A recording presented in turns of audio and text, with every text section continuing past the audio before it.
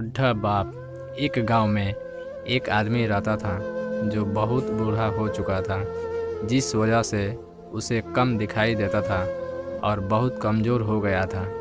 इसलिए अपनी बची कुची ज़िंदगी अपने बेटे के साथ बिता सके, इसलिए शहर में रह रहे उसके बेटे के घर रहने के लिए चला गया। बेटा एक शहर के छोटे मकान में रहता था। मकान तो उसका छोटा था, लेकिन उसके अंदर जो चीज़ें थी वो महंगी थी। उस मकान में बेटा, उसकी पत्नी और उसका एक 5 साल का बच्चा, यह छोटा सा परिवार साथ मिलकर रहते थे। बुढ़े पिता के आने से उनके परिवार का एक सदस्य और यह पूरा परिवार रोज़ सुबह शाम डाइनिंग टेबल पर साथ में खाना खाया करता था। बुढ़ा पिता अपनी कमज़ोरी के चलते हमेशा खाने की चीज़ें नीचे गिराता था और कई बार कांच के बर्तन भी टूट जाया करते थे। कुछ दिनों तक तो बहू और बेटे ने यह सब सहन किया, लेकिन बाद में वे दोनों बुढ़े की ऐसी हरकतों से चिढ़ने लगे।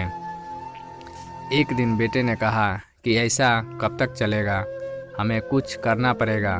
उसकी पत्नी भी इस बात से सहमत हुई।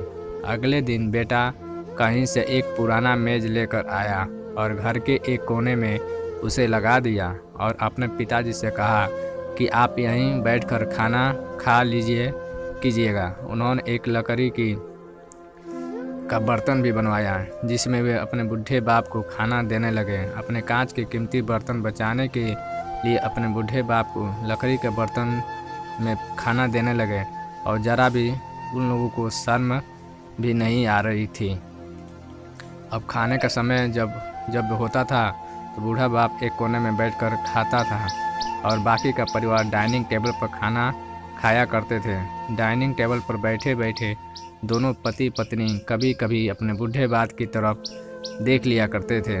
बूढ़े बाप की आंखों में उन्हें आंसू भी नज़र आते, मगर अनपढ़ जैसे कोई असर ही नहीं होता। बूढ़े का पोता भी यह सब नज़ारा हमेशा देखता और वह अपने में ही खोया रहता था। एक दिन जब पति पत्नी डाइनिंग टेबल पर बैठकर खाना खा रहे थे, तब उनका बच्चा ज़मीन पर बैठकर कुछ कर रहा था। उन दोनों ने बच्चे के हाथ में लकड़ी का टुकड़ा देखा, लेकिन उन्हें कुछ समझ में नहीं आया कि बच्चा लकड़ी टुकड़े के साथ आखिर क्या कर रहा है। जब बच्चे के पिता ने उसे पूछा कि बेटा आओ खाना खा लो, तुम नीचे बैठकर क्या कर रहे हो, तब बच्चे ने भोलेपन से कहा, अरे मम्मी पापा, मैं आप दोनों के लिए लकड़ी का बर्तन बना रहा हूँ, ताकि आप लोगों को जब आप बूढ़े हो जाओ तो उसी दिन मैं खाना दे सकूँ। अपने नादान बेटे द्वारा दी गई यह सहज बात दोनों के दिल में तीर की तरह उतर गई। दोनों एक दूसरे का चेहरा निहारने लगे।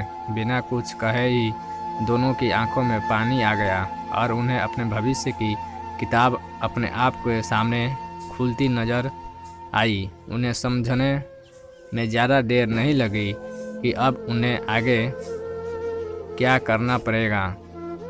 अगले दिन कमरे के कोने से वह पुराना मेज़ हट गया और अब बूढ़ा पिता और बाकी का परिवार साथ में मिलकर फिर से खाना खाने लगे। बूढ़े की कमज़ोरी की वजह से हो रही गलतियाँ भी अब किसी को नहीं चिढ़ाती थी।